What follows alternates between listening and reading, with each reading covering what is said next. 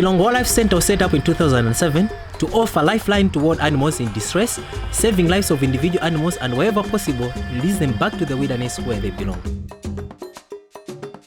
Alice is a baby diker that was found on the side of the road in an area called Balaka by two men, and so they brought her in. She's only about a month old, and they actually tried to sell her to the wildlife centre until the DNPW got involved and managed to get them to surrender her. She's doing well, we're bottle feeding her daily. She gets fruit and veg, and hopefully she'll be released next year around this time.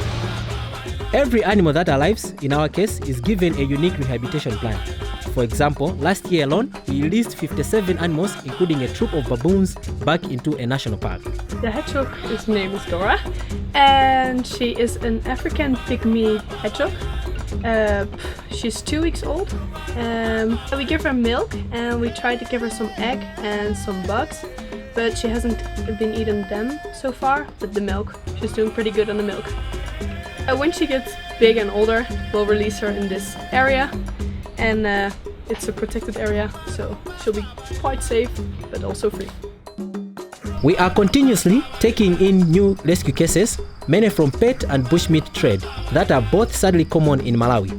Our team is on hand 24/7, treating these orphaned animals that undergo through a lengthy rehabilitation process, hoping that one day they can be released back into the wild. I'm Chico. I'm one animal care here, the one who is taking care of these lions. I've been taking care of these animals since I came here. And we've rescued these guys in Romania and also Belgium due to the poor condition they had there, according to the way they were taking care of them. I do feed them twice a day due to the problem they had. Both of them, they have problem. One of them, you can see, has his back leg is not good at all, and also the other one has also the problem of the back as well.